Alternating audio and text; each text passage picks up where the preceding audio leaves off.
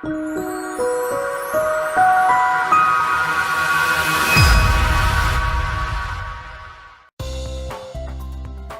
you find yourself running out of time to accomplish your work? Are you spending time doing things that you're not that good at? There are effective ways to outsource these tasks so you can focus on your business. This is the Virtual Success Show. We bring the inside scoop on outsourcing success for entrepreneurs by entrepreneurs. And now, here are your hosts, Matt Maloof and Barbara Turley. Hey everyone, welcome back to another episode of the Virtual Success Show. And I'm joined by my co-host, Barbara Turley. Hey Barb. Hey Matt, how's it going? Excellent. Yourself? Good, thanks. I'm excited about today's show. We've got another great sort of case study style topic to cover. Absolutely. Hey, but just before we get started, how's that little Ruby of yours? Oh, she's great. She just started walking. So for all those people out there with young babies, where the fun has started. She's running around the house. Oh, fantastic. Yeah. Well, Barb and I were just having a chat before the show, and what came up in our conversation, I was just recently working with a client who was bringing on their first virtual assistant into his business, and he's got a team of seven in his office, but it's his first virtual assistant. And we were having a coaching session, and he said, Matt, he goes, what do I do to get them started? And he was really puzzled and really unsure. It was like he'd never onboarded a virtual assistant before. And this guy's got an amazing business, an amazing team. And it was, as I was actually just saying to him, I said, well, what would you normally do with your current staff if someone was joining your office? And it sort of sparked this conversation, and we're going to go through it today. But it's so interesting, the mindset I see so often, and Barb, I'm sure you see it as well. Yeah. Where there's like this, a virtual team member is there and our team is here. And it's like because they're not in physical proximity, there's this huge difference that needs to happen. It has to be done in a different way. Well, they don't even see. So, for example, we often see clients getting all excited through our onboarding process, and they interview the VAs and they're like, wow, and they pick someone, and then we're like, okay, over to you guys. And then they're like, oh, what now? We're just like, well, you sort of start to forge a relationship, and, you're bringing someone in. And I think people still don't see it as someone in their business. It's them and us. And that could be because of the distance and the virtual thing. I'm not sure. But it's, I guess I've got experience doing it now. But I can remember when I got my first VA, I do remember feeling the same way. And I had no idea where to start on day one. So it is a common problem. So Matt, what did you advise this client to do? Well, what's interesting, I think this is a common problem, whether it's with VAs or just bringing team members in, is that a lot of business owners and managers don't have a strong onboarding process. And what you've got to think about is you're inviting someone to come into your business and work with you and for you to help grow your company. And if you don't get off to a great start initially, it's like any relationship, it's never going to get back on track. And so my first piece of advice was you've got to follow the exact same onboarding process that you would if someone was joining your team, in Australia. And I said, so what would you do? And he goes, oh, well, we send them a gift before they start. And we, on day one, we have all of their information, their emails are ready to go. There's a pack for them with their login details, etc. And then I would sit down and I would go through the values with them and what the company stands for, the vision, the mission, etc. And then they would start their training. And I said, well, how can we do the same with your virtual team member? Yeah, because it shouldn't be. What the first thing I want to make is that this particular person actually had an onboarding process. What we see a lot in Virtual Angel Hub is a client comes in and the only thing they've thought about is I need a VA. But they haven't actually thought about what is my onboarding process. They don't even realize that you actually need an onboarding process. And even when we're bringing VAs on, although they're working with a client of ours, and it's sort of like an employee in their business. We have a very deep and fully developed VA onboarding process that looks and feels very like what you're talking about with this client. We actually bring them through an entire process with our team. They've got to learn where things are, like where all our files are stored, how to interact with the client, how to interact with us. There's a huge amount of stuff actually in the onboarding process that needs to be done. And I think that what's really important in that initial piece is to allow them to understand expectations. Yes. And not to overwhelm them. So you're not trying to come up with this huge list of I expect this and I expect this, I expect this. They just need to understand the rules of the game and how to operate within your business and what's expected of them. I also think actually for listeners thinking about this, I even think that on day one that might be a little bit of overkill. I think you need a bit of a plan. So for example, when somebody joins on day one, it's probably a good idea to focus more on kind of, the vision, the values, how they, where you see them integrating into that bigger picture sort of stuff. And then I think I would lay out what they can expect in terms of your conversations over the following week. So you might say, well, what we're going to do is I'm going to have another meeting with you tomorrow and we're going to run through, our expectations of you and what you can expect from us. And it's very important to do both. So what we expect from you, but what you can expect from us as well. So it feels like a two-way thing. And then it gives them time to percolate overnight that conversation is happening the next day. And it sort of sets the tone for there are expectations. So this isn't, and I'm going to make them very clear for you to understand. And anyone who's thinking about, how do I articulate that? Matt and I did a whole show on this. So look, I think if you just search in the search box on virtualsuccessshow.com, expectations, and it's a show called How to Define Expectations with Your Team, and it's really, really good to go through that one to get the steps for that. But I often find people don't know what's coming next. That feeling of what are the next steps now that I've joined, Yes. and laying them out, saying, what we'll do first is vision, then we'll go through expectations, and then what we'll do is we'll meet some of the team, then we'll go through, our systems, where to find everything. So they have a plan, and you have a plan. Yeah, and I believe this client also, who hired an angel through you, Barb, arranged for a gift to be sent to his new virtual team member. Yeah, and our whole team were like, wow, that's amazing. And, he had actually sent a beautiful bouquet of flowers, which we organised. We made it easy for him because obviously doing that overseas can be a bit difficult. But our team, he just let us know, and our team just organised the whole thing and had them delivered, and he didn't have to do much with that. But we thought, wow, what a beautiful way to welcome someone into your team. Absolutely. I think the other thing around being prepared and the like, I think that's really critical because there's nothing worse than starting a job and on day one you don't have an email, you don't have logins. So instantly as an employee, you're going to feel like a burden to this person, whereas you're there to help and serve. And so I think it's really important for the owners or managers to make sure that the basics are ready to go so that instantly on day one, they feel part of the team. They feel like they've got their identity within the team. I also think actually it's triggered something in me that often what I find clients come to Virtual Angel Hub, not so much anymore, but in the early days, we were getting clients that would come in and because they're sort of paying for it, they would want tasks done from the first second the VA started, and they would just fling tasks at them.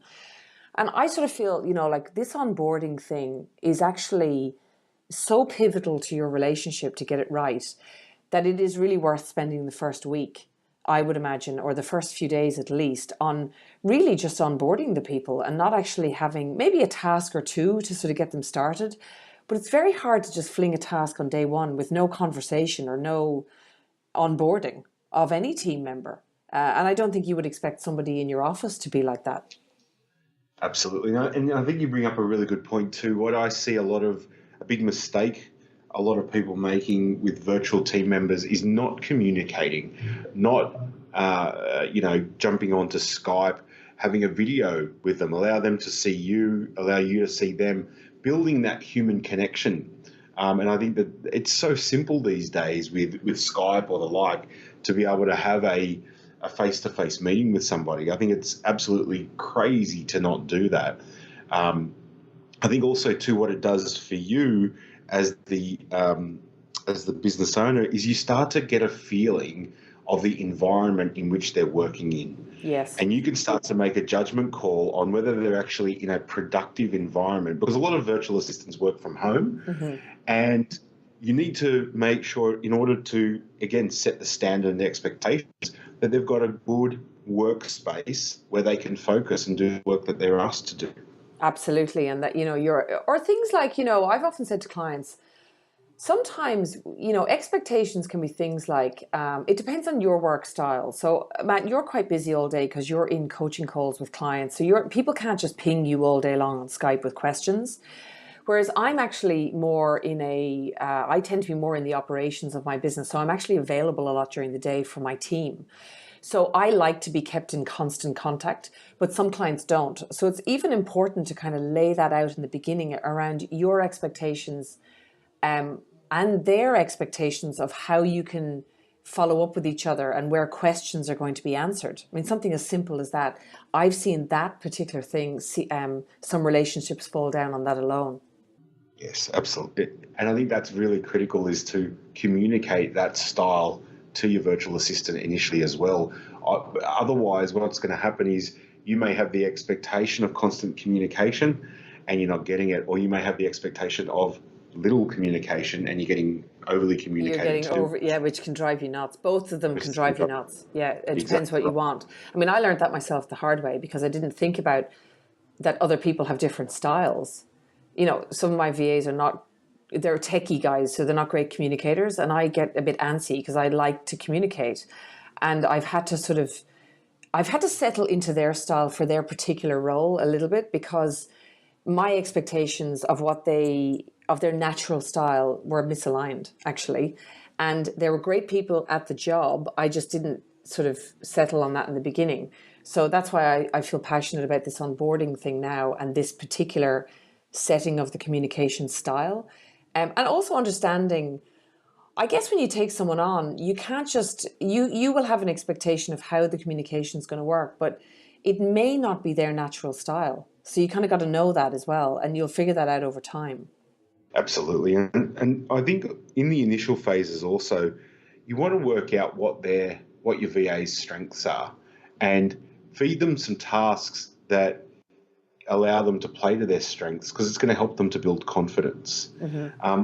But what I find is that often in the very early parts of the relationship, a lot of these VAs are very, very talented people and have a lot of skills, but we never actually understand the extent of which or what they can do for us. So keeping the dialogue open is really important. The third thing is what I always say to all my VAs at start is, as you're familiarising yourself with everything in our business, if you see something that can be improved or an area that you feel is within your strengths that you could either add value or take on, let us know, because we want to ensure that you've got enough work on in your day to day so that you're not bored.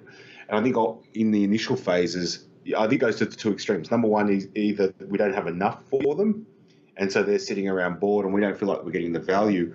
Or the opposite is we dump a whole heap on them and they're not ready for it. And then we get disappointed that, this virtual assistant thing doesn't work for me. Yeah, that's a very, very common problem. And I was actually just thinking of what the steps really would be here. I'm thinking about our own clients at Virtual Angel Hub, and I'm actually thinking I might develop this out even more, of teaching and actually maybe having a process that clients can use for this. Because really, like I said, step one is is just building that initial rapport, talking about the bigger picture, where how this person slots into the bigger picture of the business from your perspective. And then I would say sort of step two then might be discussing the communication style. I think that communication should probably come before expectations, and figuring out what's their preferred communication rhythm versus yours, and then settling on an agreement around how that's going to operate, so that they're clear and then you. And then that can really move you into then a deeper discussion around, right, the expectations. Let's set the expectations of the role, and then let's work towards achieving those and being successful with those expectations together. And then you kind of move into, right, let's start doing some, let's get the task list and let's get into it, and the training involved in the onboarding of the task list.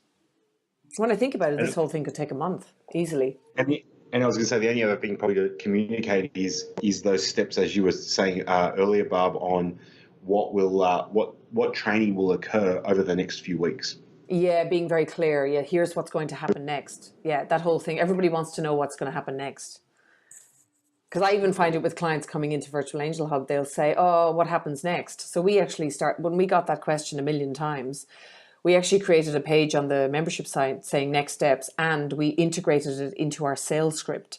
So the guys straight away up on the sales call say, now here's what's going to happen next. And clients love that because they feel like they know what the journey is going to be. And it's the same for your VA. They want to know kind of what to expect over the next few weeks from you. Yeah.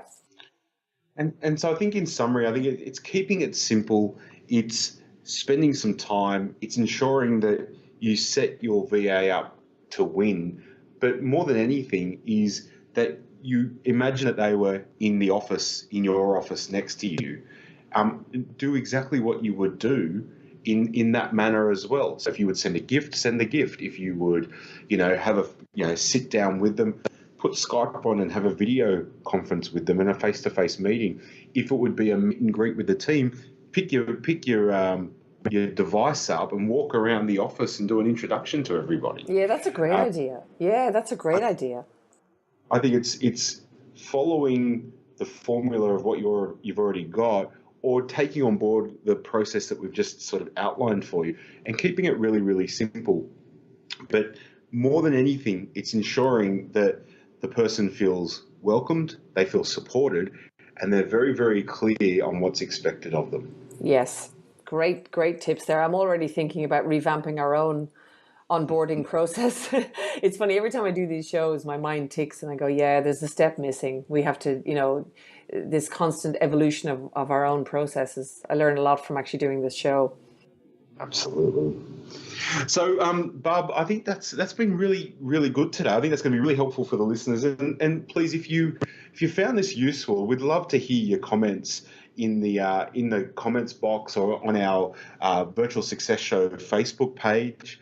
And also, too, please write to us if there's any topics that you would love us to discuss. This show exists to help you succeed further with your virtual assistants, and we love to hear from you, and certainly want to make sure that we're constantly adding value to the community and hearing back from you.